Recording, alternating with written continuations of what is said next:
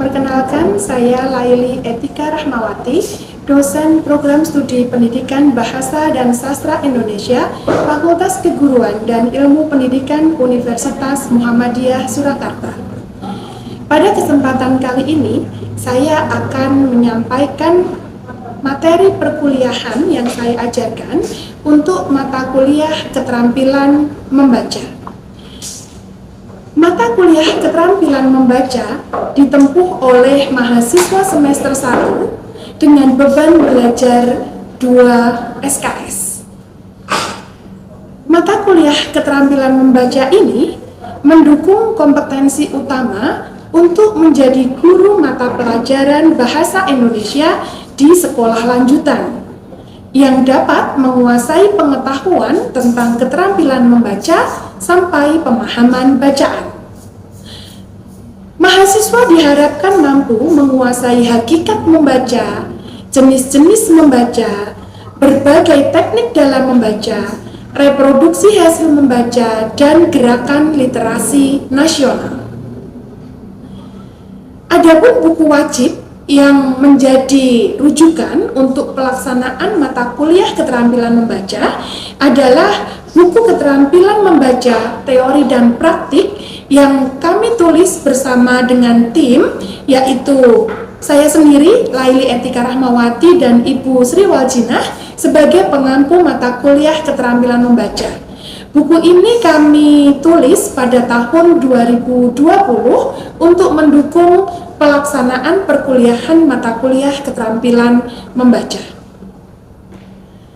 Adapun materi perkuliahan dari mata kuliah membaca ini ada 5, yaitu tentang hakikat membaca yang di dalamnya mendefinisikan membaca dari sisi membaca mikro dan membaca makro, motivasi membaca, minat membaca, serta kebiasaan membaca.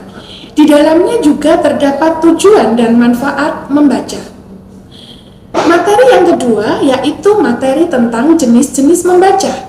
Materi tentang jenis-jenis membaca ini terdiri dari membaca dalam hati, membaca nyaring, membaca literal, membaca pemahaman, dan lain-lain. Materi yang ketiga yaitu tentang teknik-teknik membaca. Di antaranya adalah teknik membaca SH3R, PHRST, Know Watch to Learn, dan Directed Reading Activities. Materi yang keempat adalah materi tentang reproduksi hasil membaca, yang di dalamnya dibahas tentang bagaimana seseorang membuat parafrasa, membuat rangkuman, membuat ringkasan, membuat sinopsis, resensi, isai, dan kritik. Dan materi yang terakhir adalah materi tentang gerakan literasi nasional. Materi ini mendukung program pemerintah tentang gerakan literasi nasional yang terdiri dari 6 literasi dasar, yaitu literasi baca tulis, literasi numerasi, literasi digital, literasi sains, literasi finansial, literasi budaya dan kewargaan. Selain itu, di materi terkait gerakan literasi nasional ini ada secara spesifik dibahas tentang gerakan literasi sekolah, gerakan literasi keluarga, dan gerakan literasi masyarakat. Untuk kali ini, praktik mengajar yang akan saya lakukan adalah berkaitan dengan materi tentang reproduksi hasil membaca. Adapun CPMK dari mata kuliah ini adalah mahasiswa mampu mereproduksi hasil teks membaca yang terdiri dari 3 sub CPMK. Yang pertama yaitu menjelaskan jenis-jenis reproduksi hasil membaca. Yang kedua, mahasiswa bisa membedakan antara parafrasa, rangkuman, ikhtisar, sinopsis, resensi, kritik, dan isai. Dan yang terakhir adalah mereproduksi hasil membaca dalam bentuk parafrasa, rangkuman, sinopsis, ikhtisar, resensi, kritik, dan isai. Adapun metode pembelajaran yang saya lakukan pada saat praktik mengajar yaitu dengan cara tatap muka, Untuk kali ini karena materi yang saya sampaikan berkaitan dengan reproduksi hasil membaca, maka pelaksanaan pembelajaran yang biasanya dilaksanakan di dalam kelas, mahasiswa kami bawa ke Perpustakaan Pusat Universitas Muhammadiyah Surakarta secara tatap muka dengan tetap memperhatikan protokol kesehatan. Selain itu, kami juga memanfaatkan LMS Sepada untuk mengunggah kaitannya dengan tugas-tugas yang diberikan kepada mahasiswa untuk menjawab beberapa pertanyaan pemantik terlebih dahulu di LMS. Selanjutnya, mahasiswa diajak berdiskusi untuk melakukan inquiry berkaitan dengan materi-materi yang akan dipelajari dengan teknik tanya jawab di kelas. Setelah tanya jawab dilakukan selesai, maka mahasiswa diminta untuk menentukan buku yang akan dibaca yang akan menjadi dasar proyek untuk melaksanakan tugas membaca, yaitu menghasilkan resensi dari hasil membaca.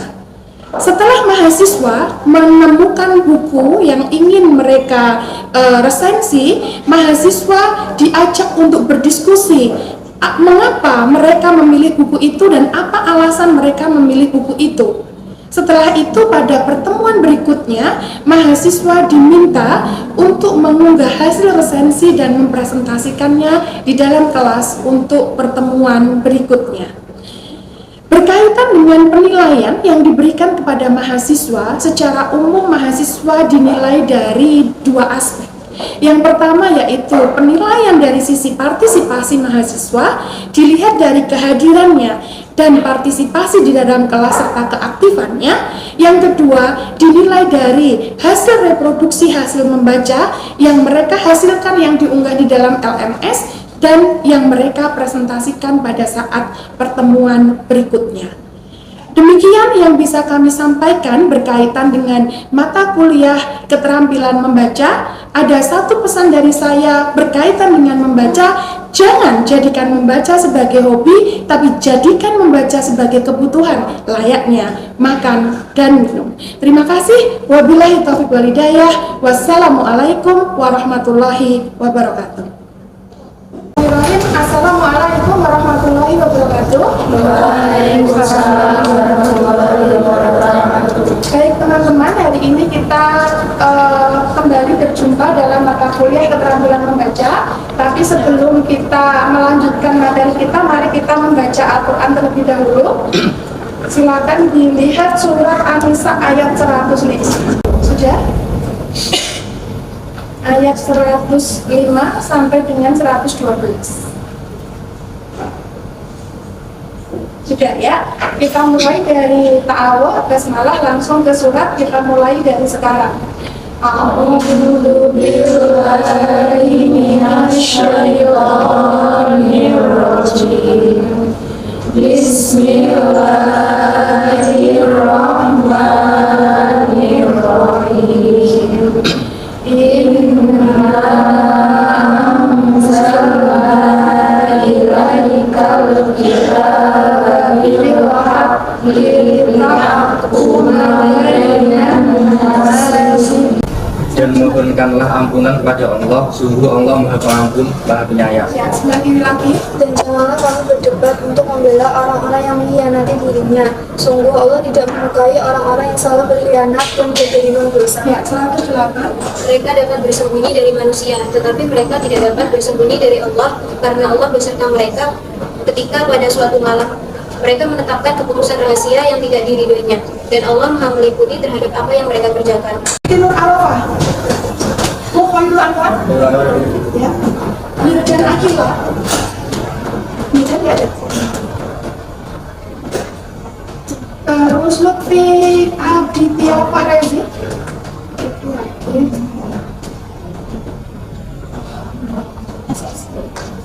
Aina Reza. Ya, Santi Dewanti. Ada lagi yang lain yang belum dibutuhkan kembali? Sudah ya? Baik teman-teman, sudah saya presentasi semua. Hari ini nanti kita akan melanjutkan materi ya. Yang terlebih dahulu perlu saya sampaikan adalah tugas observasi kaitannya dengan mengenalkan literasi sekolah.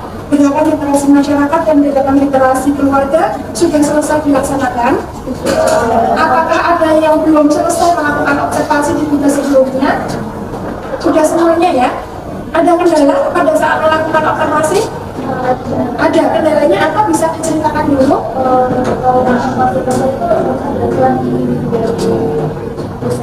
Iya. Terus sudah diurus KPU untuk meminta surat izin observasi atau belum? Untuk surat izin observasi ke sekolah nanti bisa minta ke DKIP ya, untuk sampaikan saja minta surat izin observasi untuk tugas mata kuliah mulai. Ya, jadi artinya belum melakukan. Oh sudah, hanya memang butuh surat izinnya ya.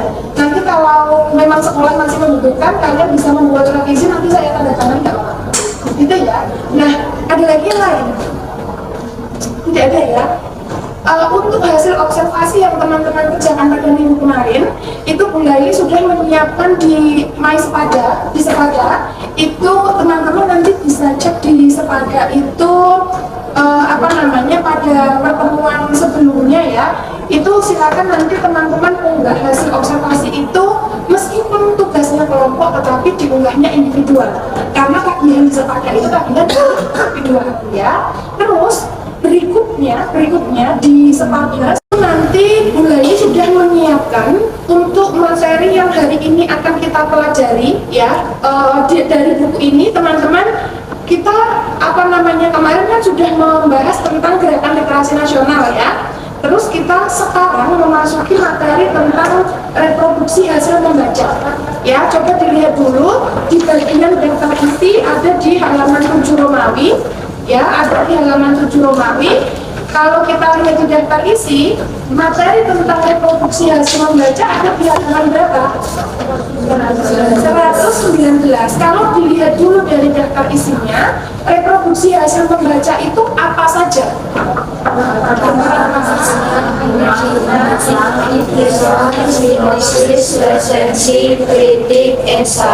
Ya, parafrasa, rangkuman, ikhtisar, sinopsis, resensi, kritik, dan esai. Saya mau tanya dulu, siapa yang tahu apa itu parafrasa? Apa yang dimaksud dengan parafrasa?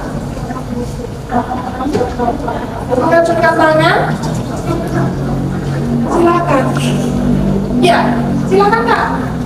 Itu cara pendapat atau gagasan yang dinyatakan orang lain dengan kata mempertahankan kata kata dan format berubahnya dari variasi dalam proses karya. Ya, intinya parafrasa itu adalah mengubah atau melakukan penulisan kembali dari teks yang dikutip begitu ya sebagai referensi untuk menghindari plagiasi. Sekarang saya mau tanya dulu, apa itu plagiasi? Ada yang tahu? Plagiasi. Plagiasi. Ada yang tahu? Tidak ada ya? Tidak ada yang tahu ya? Oke, itu nanti akan kita bahas berikutnya. Teman-teman di sini di Sepada, nanti teman-teman bisa melihat langsung di Sepada ya. Di sana ada 11 butir pertanyaan yang harus teman-teman jawab di pertemuan ke-10 ya. Jadi ada materi konsep teoretik tentang apa materi tentang reproduksi hasil membaca. Di sana Bu Laili sudah menyiapkan 11 butir pertanyaan yang harus teman-teman jawab dan diunggah di situ. Begitu ya. Yang pertama adalah teman-teman harus mendefinisikan apa itu parafrasa. Ya, nanti teman-teman bisa merujuk dari buku ini dan boleh ditambah dari referensi yang lain untuk mendeskripsikan apa itu parafrasa. Terus yang kedua, bagaimana tahapan yang harus dilakukan ketika teman-teman itu membuat parafrasa. Dan biasanya parafrasa itu dilakukan ketika teman-teman mengaji teori untuk dijadikan sebagai dasar ketika teman-teman menulis ilmiah. Apa itu rangkuman? Ya, silakan. Rangkuman adalah produk dari merangkum atau meringkas suatu uraian dengan lebih singkat dengan tetap proporsional antara yang dirangkum dengan rangkumannya. Ya, jadi teman-teman biasanya kalau membaca buku seperti ini, di bagian belakangnya ada rangkuman, itu adalah isi dari pokok-pokok bacaan yang dibaca itu biasanya nanti ada di bagian rangkuman ya. Nah, apa bedanya antara rangkuman dengan ikhtisar? Apa bedanya antara rangkuman dengan ikhtisar?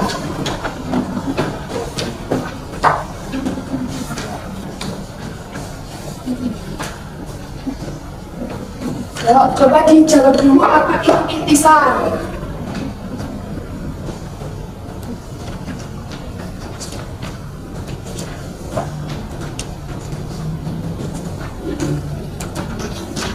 Ya, silakan Kak. Ikhtisar adalah suatu pandangan secara dekat dari kesimpulan yang Ya, terus apa bedanya antara ikhtisar dengan rangkuman? Sama-sama yang disajikan hal yang penting, mengapa antara rangkuman dan ikhtisar itu dibedakan gitu? Apa yang membedakan antara rangkuman dengan ikhtisar?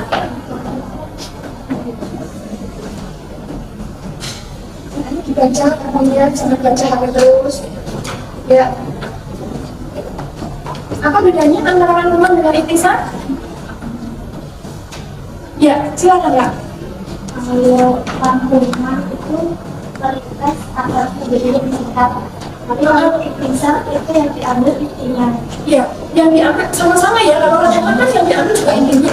Iya. Ikhtisar kan juga yang diambil intinya dan yang membedakan antara ya silakan Kak. Kalau rangkuman menurut secara ukur dan secara rangkuman ikhtisar tidak mempertahankan urutan secara mempertahankan. Ya betul. Jadi yang membedakan antara rangkuman dengan ikhtisar adalah jika rangkuman itu ditulis harus hierarkis, urut, gitu ya. Tetapi kalau ikhtisar itu boleh tidak urut, yang penting inti yang dimaksudkan itu sama, gitu ya. Oke. Terus sekarang kita masuk ini, kita brainstorming dulu.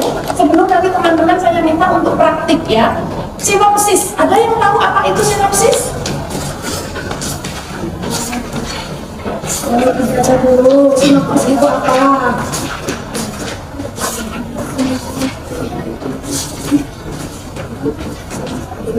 Baca dulu apa itu sinopsis.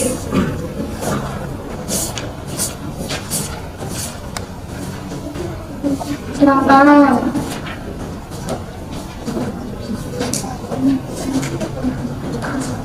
Apa itu sinopsis? Ya, yang lain jangan kamu terus. Ya, yang lain. Saya ke sana atau saya ke sini?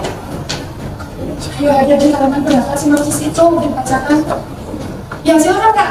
Sinopsis adalah intisar kata-kata yang biasanya diterima bersama-sama dengan nama asli yang dijelaskan menurut Komisar Bahasa Indonesia. Lalu sinopsis itu apa Kak? Merupakan kata-kata yang panjang berisi maupun fiksi bentuk yang dimaksudkan untuk memberikan informasi yang penting dari suatu karya kepada pembaca. Iya, jadi sebenarnya sinopsis itu adalah yang mirip dengan ringkasan isi ya, tapi biasanya kalau sinopsis itu disajikan di buku-buku yang sifatnya fiksi atau non-fiksi? Fiksi atau non-fiksi?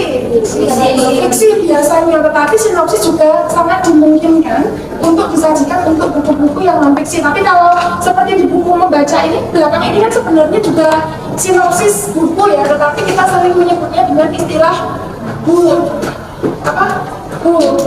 Ya, ini di sini ada bukunya yang membantu membaca ketika mereka ingin membeli buku. Terkadang kita beli buku kan disegel ya, terus tidak boleh dibuka. Maka dari deskripsi yang ada di bagian belakang ini, kita bisa memperkirakan kira-kira isi bukunya itu seperti apa. Begitu ya? Oke. Terus apa yang dimaksud dengan resensi?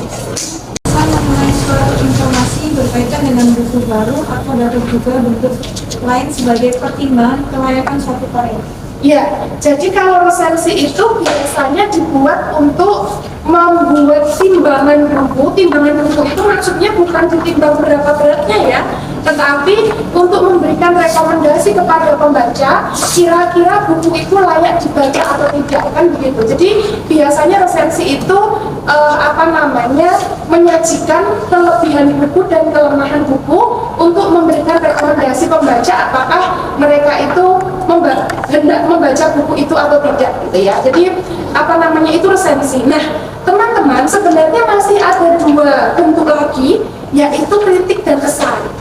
Tapi kritik dan esai itu levelnya jauh lebih tinggi dibandingkan parafrasa, rangkuman, ikhtisar, sinopsis, dan resensi. Ya, jadi untuk yang kritik dan esai itu nanti akan kita bahas berikutnya. Karena untuk membuat kritik dan esai biasanya teman-teman harus banyak membaca artikel ya yang nantinya bisa digunakan untuk dikirimkan ke media massa. Nah, hari ini nanti teman-teman akan saya minta, ya kebetulan teman-teman hari ini sudah saya bawa ke perpustakaan, sudah disuguhi banyak buku. Teman-teman hari ini tugasnya adalah memilih satu buku yang akan teman-teman baca sesuai dengan minat teman-teman. Bukunya boleh buku fiksi, boleh non-fiksi. Tugas teman-teman adalah, saya tidak meminta teman-teman untuk melakukan parafrasa, karena parafrasa itu biasanya dilakukan untuk dijadikan sebagai referensi menulis karya tulis ilmiah. Maka kalau membuat parafrasa itu biasanya harus membaca banyak buku dan banyak artikel. Maka posisinya hari ini yang saya tugaskan kepada teman-teman adalah silakan teman-teman nanti mencari satu buku yang menarik minat teman-teman untuk dibuat resensi. Paham ya? Jadi nanti teman-teman saya silakan, saya beri kesempatan untuk memilih buku. Ya, ini waktu menunjukkan pukul 8:50. Saya beri waktu 20 menit untuk mencari buku, jangan diobrak-abrik ya. Yang jelas nanti buku yang teman-teman bawa ke sini jangan dikembalikan lagi ke raknya, biar nanti dikembalikan oleh petugas perpustakaan karena semuanya ada kodenya. Siapa tahu hari ini membacanya belum selesai, teman-teman harus meminjam, maka teman-teman pinjam boleh, kan begitu. Jadi silakan sekarang teman-teman tentukan mana buku yang akan teman-teman buat. Kalau tadi persyaratan resensi itu adalah harus buku baru, karena ini sifatnya adalah berlatih begitu, maka teman-teman tidak harus menentukan buku yang terbitnya di tahun 2022. Paham? Mungkin ada yang ingin ditanyakan dulu karena nanti praktik membacanya pun ada di sini. Minggu depan tagihan hasil melakukan resensi buku akan saya minta untuk presentasi. Gitu ya? Paham? Ada yang ditanyakan? Tidak, jika tidak silakan teman-teman menentukan buku, HP dan buku yang ada di sini bisa ditinggal, teman-teman bisa gerak untuk menentukan mana buku yang akan diresensi. Ya, silakan.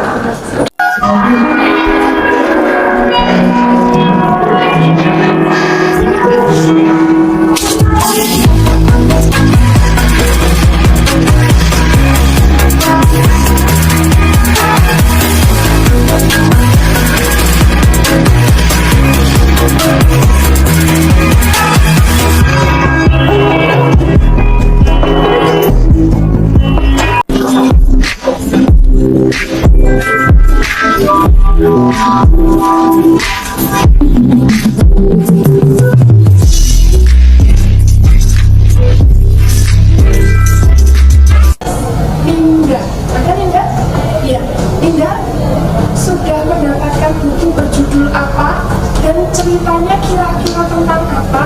Mengapa Anda memilih buku itu? Silakan nih.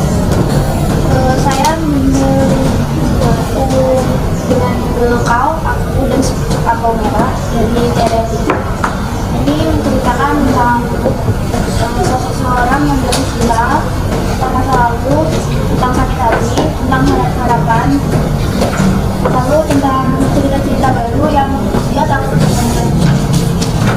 Alasan kamu memilih buku itu apa nih?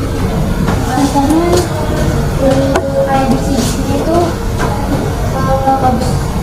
Ya, nanti kira-kira insya Allah minggu depan tugasnya bisa selesai ya untuk membaca itu ya.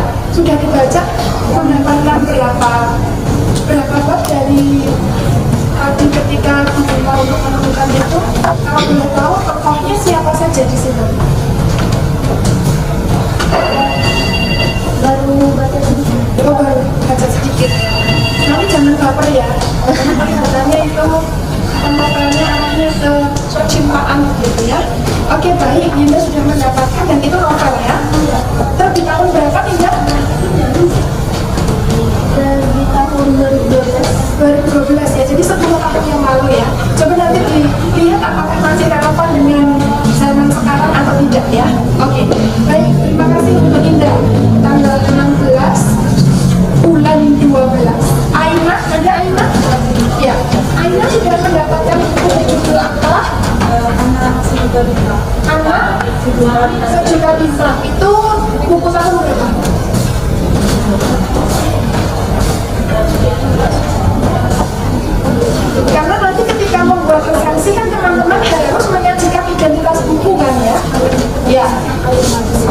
sinopsisnya ya.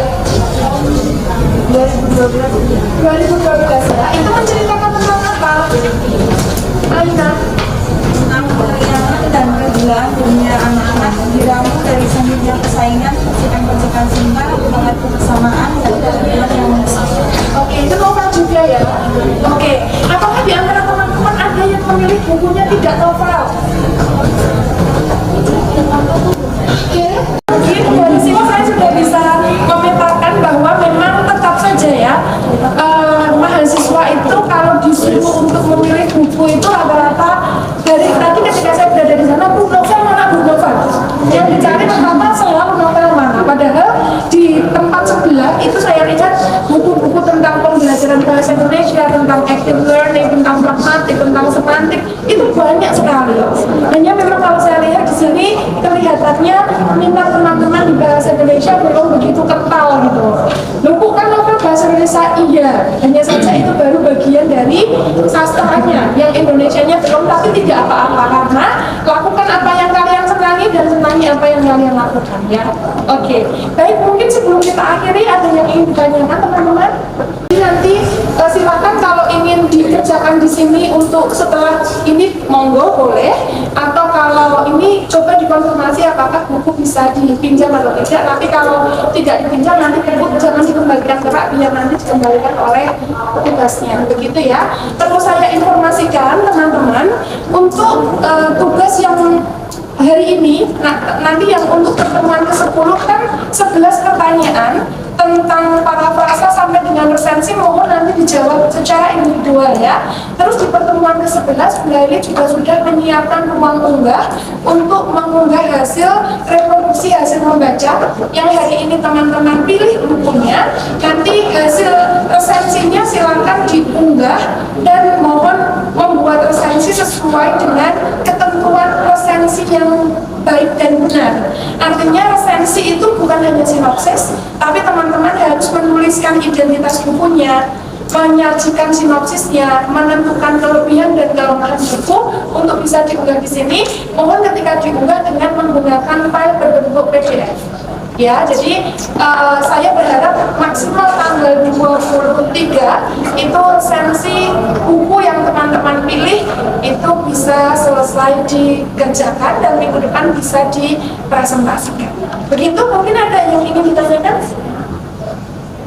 Cukup? Tidak ada ya. Jika tidak ada, mari kita akhiri perkuliahan kita pada pagi hari ini dengan membaca doa kafaratul majelis. Subhanakallahumma wa bihamdika asyhadu an la ilaha illa anta astaghfiruka wa atubu ilaik.